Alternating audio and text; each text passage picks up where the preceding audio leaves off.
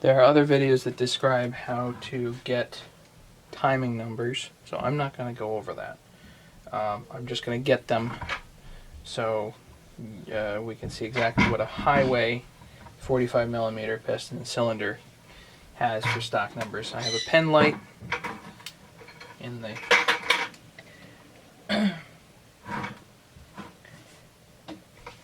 now a stock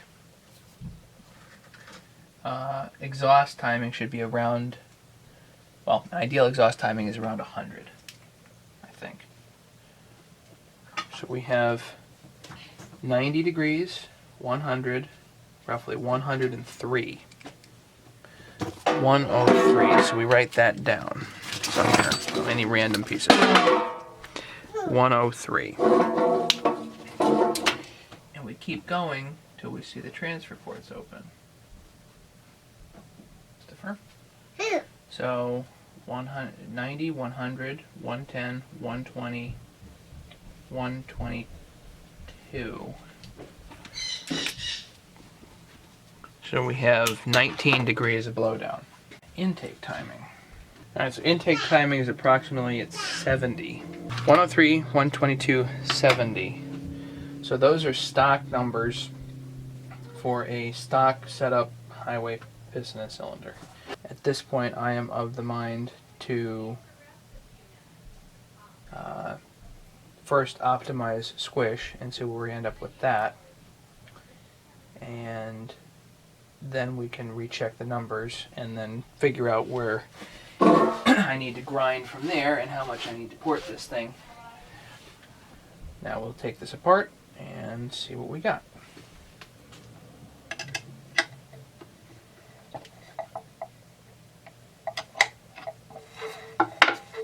In case if you're wondering how I made my degree wheel, it's just a piece of, I don't know what you call this, the brown board here. It's only 1/4 of an inch thick, and the this part that actually goes into it is a air fitting that I cut off. It looked like this, but I chopped it off and then I tapped it for the correct thread, and I believe it's M8. I believe it's M8 by 1. Yeah, that's the one. M8 by 1 is what the thread size is on the crank. And you don't want to stick a screwdriver in there. I've already seen that. I've done it myself. Stupidly enough, when I first saw, stuck a screwdriver in there. Not a good idea. You can mess a bunch of stuff up. One saw I found actually had pieces in it from the screwdriver. Somebody broke the screwdriver in it. And that saw we actually salvaged, but it was actually fine with just a new ring. So let's take the 4 base bolts out. Oh. I put these in there usually with Loctite, so. Well, there's a coincidence. Right down in the bucket of oil. What are the odds? Alright. Keep going here.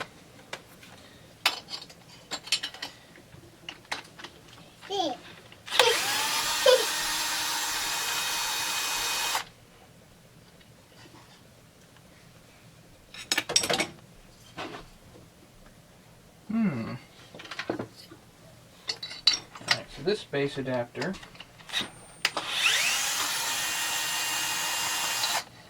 does not have machine thread. Now some of these are fine thread, some of these are coarse thread. This happened to be coarse thread on the base adapter, which really is not a good thing. You really want the fine thread. So I will likely convert this to fine thread. Off it comes. Pretty clean inside there. Looks pretty nice. Gotta make sure that the ring is in there okay, and it is. That's fine. Moves fine. is actually a very wide squish band. That seems to be all right. The combustion chamber itself, the dome, is pretty small. So I imagine I don't actually have to cut that at all. A lot of guys go in there and they actually cut the squish band. But you know what? I don't think I'm going to need to do that. What I do need to do, though, is cut the base adapter so that this sits down an appropriate amount. So let's get the piston off and see where we go from there.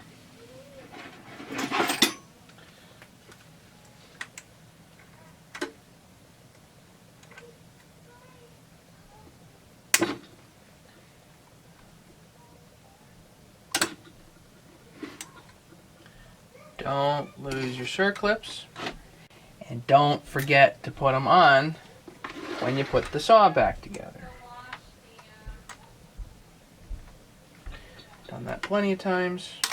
And then you have to take it apart and you're like, oh crud, I forgot. Well, you can ruin the saw if you forget that. So don't forget that.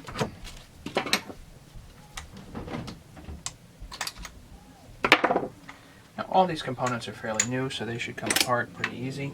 We still actually have the handle on here, interestingly enough. So let's get rid of that.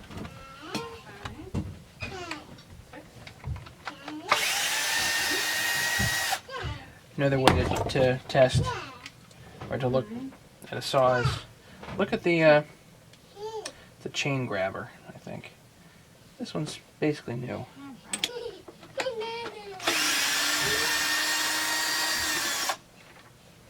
That comes off. Fuel line's got to come through.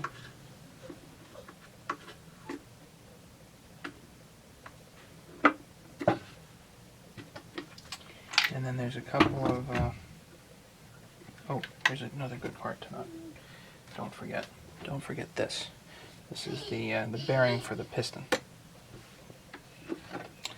There's a couple of weird screws down here that, by the way, get stripped out easily. So be careful. These screws hold in the rubber anti-vibe pieces.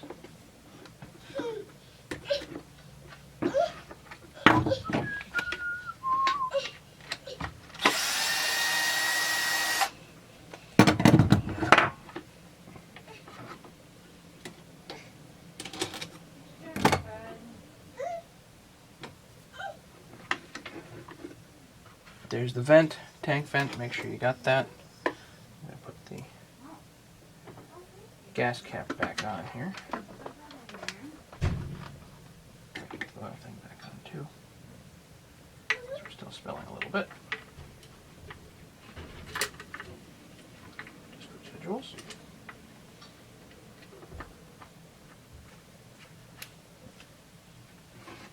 So 5mm Allen comes down here. 4 base bolts. And somewhere around now you're swearing to yourself that this thing is never going to go back together. Don't worry. It will. So what I do is I just go and crack all of them. Pop. Pop.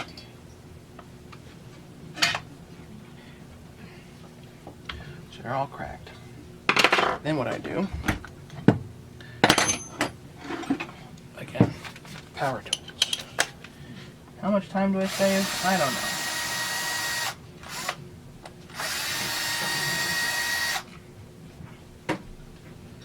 If you can put stuff back together in more or less the same order. My little guy over there looks like he's helping me out by stealing stuff out of my parts box. You stealing stuff out of my parts box, Christopher? So I just take a screwdriver and gently work the space adapter so it's loose. Might come plus or minus crank.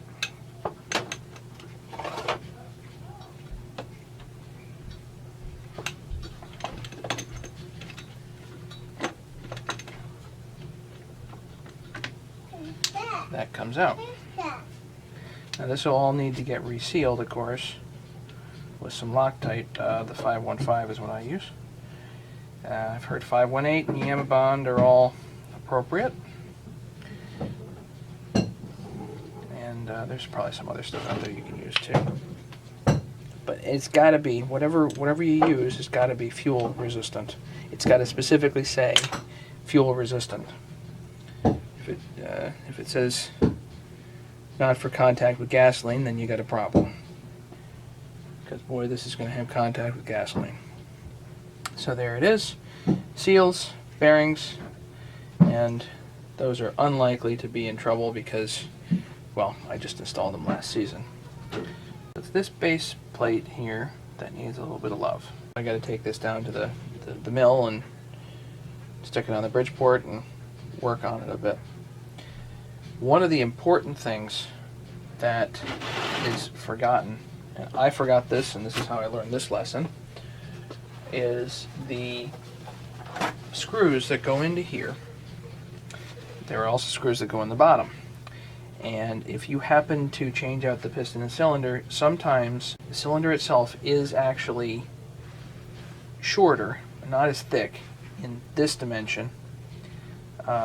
And what happens is the screw that's holding the cylinder down bottoms out on the base screws before it actually properly grabs and seals the cylinder down to the base plate. And if you machine the base plate here, the base adapter, if you machine it at all, then you have an additional issue. So what you have to do to compensate is you actually have to grind the screws that hold the cylinder down shorter, probably about an 1/8 of an inch works. Now what I'm going to do here is I'm actually going to re-tap these, probably for the fine thread, because the fine thread will ultimately hold better, and those go in with blue Loctite, of course. So it seems like a lot of work for a really, really, really cheap saw, but ultimately this is a powerful little bugger. These guys are relatively light. You can see that they're easy to work on. Not like I've got any really special tools here that we're working on this. And even the power tools that I have, you don't necessarily need. You can get an Allen kit from Harbor Freight and do just fine. Time to go machine on this a little bit, and we'll see you back here eventually. One of the things that gets overlooked is the impulse line. Right here. Here's the hole for it. And you'll actually see on the base plate adapter that there is a notch that's cut out, but it looks like this is practically blocking the hole. So this is something that actually I overlooked when I put the saw together. And what they're counting on essentially is that there is space between the skirt and the hole there, and sorry, the side of the skirt and the base plate adapter, so that you literally end up with something like that to get your impulse. Now that's not the best. What's really better is if I actually grind this away a little bit and give that a little bit more room. So I'm going to do that. I'm also going to grind away transfers here a little bit. You can get the impression here that the base gasket actually gives you an idea of where they could be. We don't want to hog them out completely, but I think we want to do a little bit just to make the flow here a little better. So I'm going to play with that a bit. What else am I going to do? The intake and the exhaust will open up a little, just widen them and square that off the edges, and then we're going to adjust the port timing, of course. So we can't do that yet because I haven't cut this. I'll get this cut. I'm going to actually make my modifications to the base plate adapter first, and then we'll go from there. I was off by 1 tick on the squish. So the squish is actually correctly measured at 0.065. 0.065. It was actually above 60 thousandths. My big lead solder is 60 thousandths. and it's actually bigger than that. It's bigger by 5 thousandths. So I measured it by doubling it over, and that's what I got. So we're at 0.065, which is still a lot. It's more than, not more than 0.085, but it's 0.065, and with 145 pounds of compression, I think if we lower that by 40 thousandths, 45 thousandths, we're going to be looking at close to 200 pounds of compression. So let's see what we get. I'm excited. Wanted to show what I'm doing here. So I've got this hogged out a little bit, and right in here is a lot smoother than all the angles here. So I wanted to show how, you imagine air going in and through and down and into the, this is actually the primary compression area is on the bottom. So basically you want to make this all as smooth a transition as possible. You can see how angular this is here. So you just try to get rid of the angles. And that way it's a little bit smoother. The other thing I'm going to do is I'm going to hog this out a little bit, because this is where the impulse line hits. So, and you can see that the gasket is pretty thin here anyway. So I've got a lot of stuff that I can remove. I'm not going to remove all of it, just I want to make enough of a channel there to make it so that it's got a nice good pulse. So here we are. That'll do. So now I got to match the cylinder to this. This is hollowed out a little bit. So this is just freehand, keep in mind. So it isn't perfect, but it'll be better than what was there. Old Cat online on Arborist's site mentioned that you might not want to completely remove these, because then you're actually increasing the amount of space in the chamber here. So you do want to be careful how much stuff you remove, but based on how much we're going to remove overall off of this, 45 thousandths, I'm really not too worried. So I've got this thing now to where I want it. I've got these all tapped for M5, and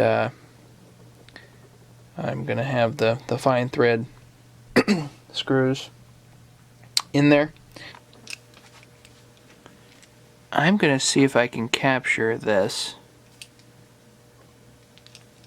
The port matching here is pretty good this side. Not so good on the back side here. The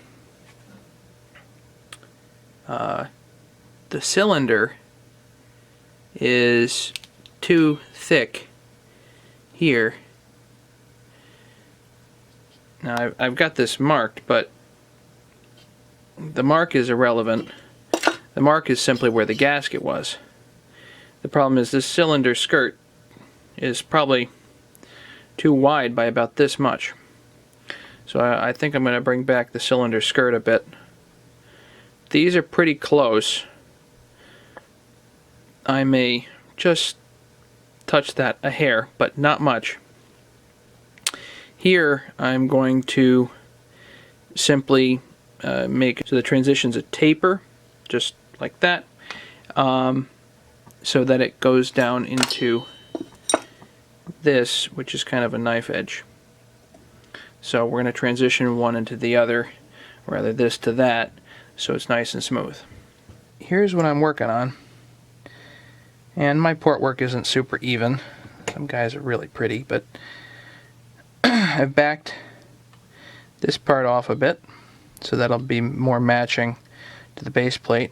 I kind of hog this out a little too much here. I'll smooth that off there. But you can see per stock. And you don't want to remove too much, because you're going to compromise port velocity, or just velocity. So these are transfer ports. So you don't want to compromise that. You just want to make it smoother. And so this is backed off. That'll be smooth. But just wanted to give you kind of a comparison as to what I'm doing to this side versus this side. So standard Dremel tool, nothing fancy. I'm actually going to take this into probably into the dental office and work on the transfer ports a little bit because they get blebs inside of them, and I can't really show that here. But I'll smooth those off a little bit with a proper tool. So this is what I got. Again, gonna stick this on the mill. Looks pretty good, and it's matched to this.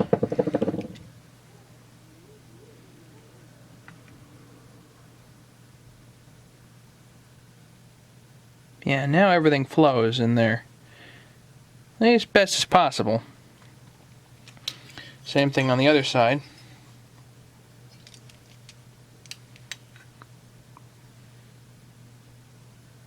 See? That'll flow a lot better. Once I get this machined though, then I can check my port timings on the cylinder, and then we can actually adjust the intake and the exhaust and work on hogging those out. Here's what I ended up with on the transfers.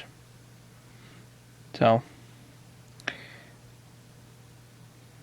not amazing, but it'll work. See, here's the impulse hole. You can imagine that if I didn't hog out that spot on the base plate adapter, then that hole would be basically covered up, which means not a good impulse, which means no fuel. That's not good. So, what do you got? What do you want to do? I want to take 45 thousandths off the top of this. So I'm going to lower this by about 45 thousandths because the squish right now is measured at 65 thousandths. So we want to get it down to 20. However, I actually have to cut from the other side as well to shore that up a little bit. So what I'm going to do is probably take like 42 thousandths off this side, 3 thousandths off the other. We'll have 45. I don't want to take too much off the other side, otherwise you'll mess up the how it actually grabs the bearing seals. So we're going to aim for 42 thousandths off of here, I think. So here's how we do that. I'm going to bring down the cutter, nice and easy, till it just touches.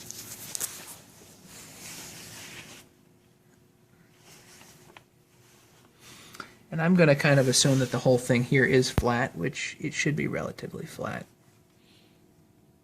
Do we have the indicator?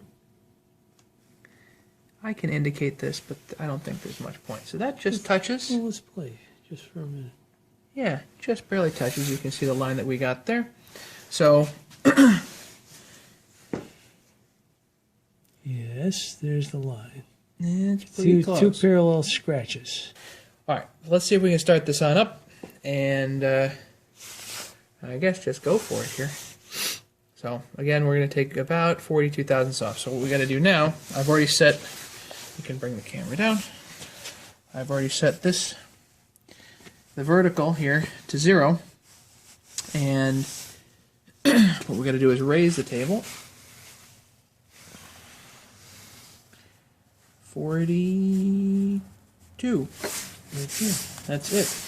There's our 42 thousandths. So we can turn it on and make a cut all the way around. Now this is tight here, so this whole unit can't move up and down. We're tight up top, ready to go. So now we're going to turn on the rotary converter, because this is a 3-phase unit. We'll start the noise. Here we go.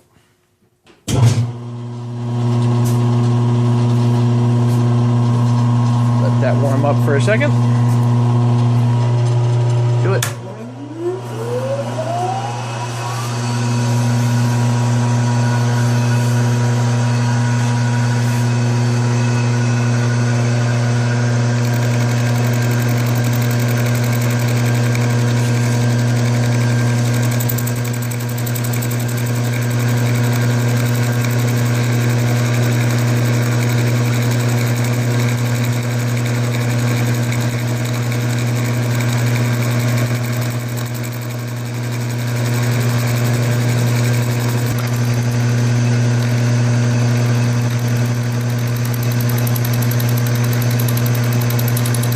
Very delicate on the edges, you want to go real slow.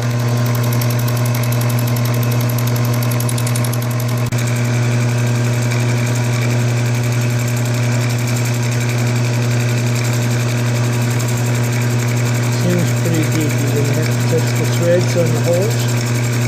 I've already retapped the threads.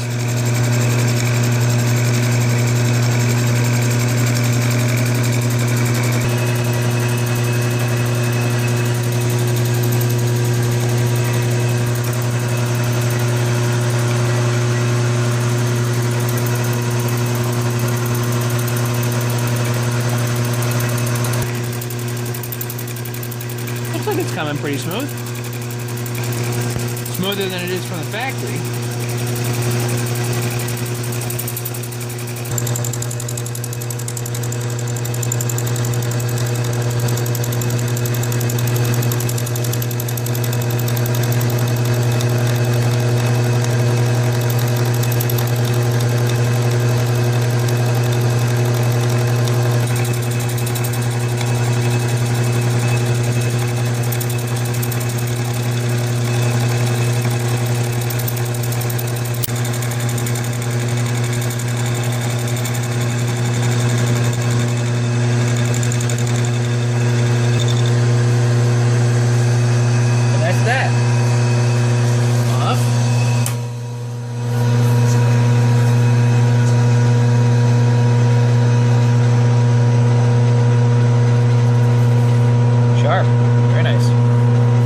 So before anybody goes completely ape over what I did on the machining there, I wanted to say that I did probably mess up with the machining.